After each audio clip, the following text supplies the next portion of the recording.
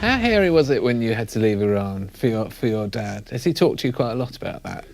Oh, no, not really, but I didn't have to, because back then it was really normal in the 80s to pick up the phone and someone go, "I'm going to kill you, I'm going to cut your throat." And I'm like, "Dad, it's for you."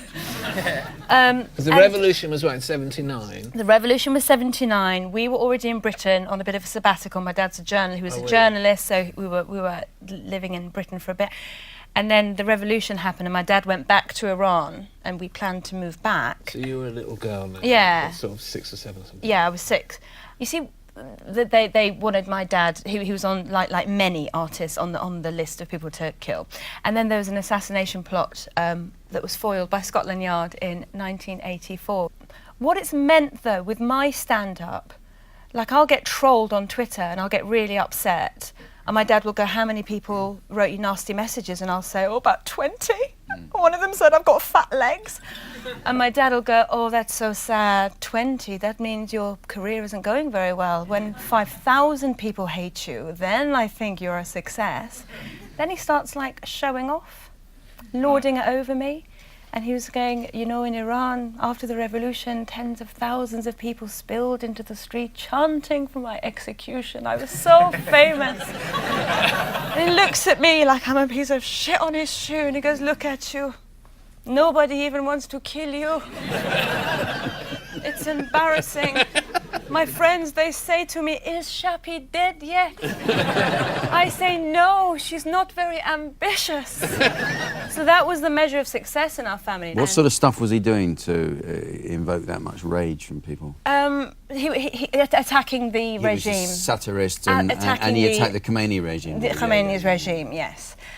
And after that assassination attempt, I mean, it wrecked our peace of mind, because that's what terrorists do. Like, killing you is the tip of the iceberg. What did they try to do? They tried to blow his car up. Wow. Yeah. Wasn't there an explosion? No, there wasn't, because Scotland Yard got wind of the plot, and they said, "Okay, you have to go to Windsor. We've got a safe house for you." So they took us away, and this was the era of spitting image. And my dad had an Ayatollah Khomeini spitting image mask. And as the police were gently telling us kids what was going on, my dad came in with the Khomeini mask and a black robe going, "Ah, I kill you!" It was really traumatic. So they told... Do you think he really grasped the seriousness of the situation? No, I think my dad was like, "Hey, he knows me personally, I'm so famous." Because in... the trial of my father's would-be assassins was held in The Hague, and I got transcripts of the trials.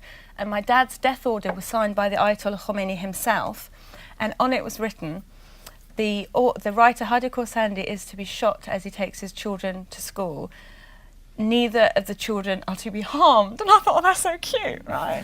Because I'd written a letter to the Ayatollah, and I said, "Look, we're getting death threats, but you need to know my dad makes up jokes about everybody."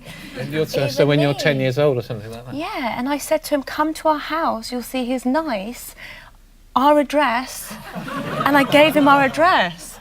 So I don't know if that had anything to do with it.